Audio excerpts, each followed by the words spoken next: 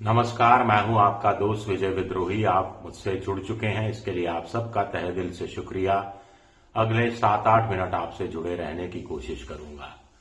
तो Epstein file मामले में फंसे मोदी सरकार में पेट्रोलियम मंत्री हरदीप पुरी का आज जन्मदिन है और उनके जन्मदिन पर प्रधानमंत्री नरेंद्र मोदी ने उन्हें बधाई संदेश भेजा है। उनके बधाई संदेश भेजने के बाद नितिन गडकरी, योगी आदित्यनाथ, दिल्ली की मुख्यमंत्री रेखा गुप्ता ने भी बधाई संदेश भेजे हैं। खबर अभी ताजा है। हो सकता है अगले 2-3 घंटे में इतने बधाई संदेश हरदीप पुरी को मिल जाएं जितने इससे पहले के जन्मदिनों पर उन्हें नहीं मिले होंगे। अब प्रधानमंत्री ने ये जो बधाई संदेश ऐसे समय भेजा है जब हरदीप पुरी विवादों में घिरे हुए हैं, जब उनके इस्तीफे की मांग लगातार विपक्ष की तरफ से खुलकर की जा रही है और पार्टी के अंदर भी एक खेमा मांगता है कि हरदीप पुरी को स्वेच्छा से इस्तीफा दे देना चाहिए, ये कहते हुए कि प्रधानमंत्री इस मामले की जांच करा लें। जब तक प्रधानमंत्री क्लीन चिट नहीं देंगे तब तक वो मंत्रिमंडल का हिस्सा नहीं रहेंगे। लेकिन प्रधानमंत्री नरेंद्र मोदी ने अपनी तरफ से मैसेज क्या दिया है? अपनी तरफ से साफ साफ ऐसा लगता है यही मैसेज है कि भाई आप अपनी कुर्सी पर बने रहेंगे, मुझे आप पर भरोसा है। प्रधानमंत्री का कहना है जन्मदिन की बधाई देते हुए कि हरदीप पुरी जी ने पेट्रोलियम और गैस मंत्रालय में बहुत बेहतर काम किया है, उनके लंबे और स्वस्थ जीवन की वो कामना करते हैं। वैसे भी राजनाथ सिंह बहुत समय पहले ही कह चुके थे कि ये मोदी सरकार है, यहां इस्तीफे नहीं होते। इसके अलावा ये भी बड़ा सवाल उठता है कि हरदीप पुरी को ने जो राहुल गांधी ने मसला लोकसभा में उठाया था, उसके तत्काल बाद जिस ढंग से बीजेपी के दफ्तर दौड़ते चले आए और आनन फानन में प्रेस कॉन्फ्रेंस बुलाई गई और अपना पक्ष रखा गया, ऐसा करने के लिए कहीं ना कहीं ऊपर से कहा गया होगा। अपनी तरफ से वो इतना बड़ा फैसला नहीं ले सकते थे। अगर फैसला लेना होता, सफाई देनी होती, तो जब जेफरी एप्स्टीन फाइल्स में उनका नाम सामने आया था तभी वो सामने आ जाते। किसने रोका था, किसने टोका था? स्वाभाविक है कि ऐसा लगता है, एक ऐसा अंदाजा लगाया जा सकता है कि ऊपर से उनसे कहा गया कि जाकर सफाई दे दीजिए अपने पक्ष में और उसके बाद चुप हो जाइए।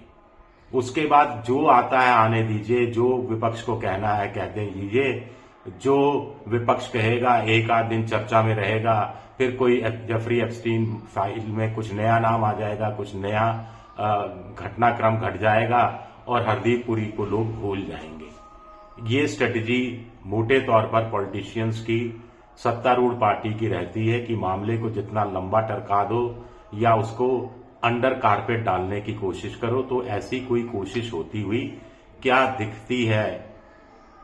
कुछ लोग कह रहे हैं कि नहीं, ऐसा नहीं है। अगर हरदीप पुरी को जन्मदिन पर बधाई दे दी तो अभिदान दे दिया, ऐसा नहीं है।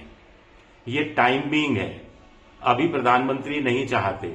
अगर वो बधाई नहीं देते और लोगों को पता लग जाता कि हरदीप पुरी का जन्मदिन था और प्रधानमंत्री ने बधाई नहीं दी, तो इससे मैसेज ये जाता कि प्रधानमंत्री हरदीप पुरी से नाराज हैं। प्रधानमंत्री को लगता है कि हरदीप पुरी को स्वेच्छा से इस्तीफा दे देना चाहिए था। प्रधानमंत्री को लगता है कि हरदीप पुरी को कम से कम इस्तीफा देने की एक पहल तो करनी चाहिए थी, कि भाई पेशकश तो करनी चाहिए थी। तो ये कहीं ना कहीं नाराजगी का संकेत है और हो सकता है कि फिर हरदीप पुरी इस्तीफा देने के लिए या पेशकश करने के लिए मजबूर हो जाते। लेकिन प्रधानमंत्री ने सुबह सुबह ही बधाई देकर एक मैसेज दे दिया पार्टी के लोगों को, मंत्रियों को, कि आप भी मेरे साथ हरदीप पुरी को उनके जन्मदिन की बधाई देने में शामिल होइए। और एक तरह से क्लीन चिट तो नहीं कहा जा सकता, लेकिन भरोसा है। अगर प्रधानमंत्री का अपने मंत्रिमंडल के किसी मंत्री पर भरोसा है और उनकी कोई टिप्पणी सामने नहीं आई है, कोई बयान सामने नहीं आया है, तो ये एक तरह से उनका बयान है, उनकी प्रतिक्रिया है। जो विपक्ष मांग कर रहा है, जो राहुल गांधी मांग कर रहे हैं कि इस्तीफा नहीं होने वाला, आपको जो चाहे वो कर लीजिए। कुछ लोग कह रहे थे कि हरदीप पुरी का इस्तीफा ले लिया गया या उन्होंने इस्तीफा दे दिया और मंजूर कर लिया गया, तो फिर जितने लोगों का नाम जेफरी एप्स्टीन फाइल में आया है उनको भी सफाई देनी पड़ेगी, और अगर वो सरकारी संवैधानिक पद पर हैं तो उनको भी इस्तीफा देना पड़ेगा, और आने वाले समय में और भी कुछ नाम आ सकते हैं। ऐसा वॉशिंगटन पोस्ट, न्यूयॉर्क टाइम्स, बाकी तमाम लोग लिख रहे हैं, क्योंकि अभी राहुल गांधी के शब्दों में बताया जाए तो अभी बहुत माल बाकी है। अब ऐसी स्थिति में दो ही चीजें हो सकती हैं कि प्रधानमंत्री ने यह तय कर दिया है कि जेफरी एप्स्टीन फाइल्स के मामले में उनके किसी मंत्री या सहयोगी या नजदीकी या बीजेपी से जुड़े किसी का भी अगर नाम आता है तो इस्तीफा नहीं होगा। एक दूसरा यह है कि प्रधानमंत्री पूरी तरह से आश्वस्त हैं कि आने वाले दिनों में कोई नया नाम आने वाला नहीं है।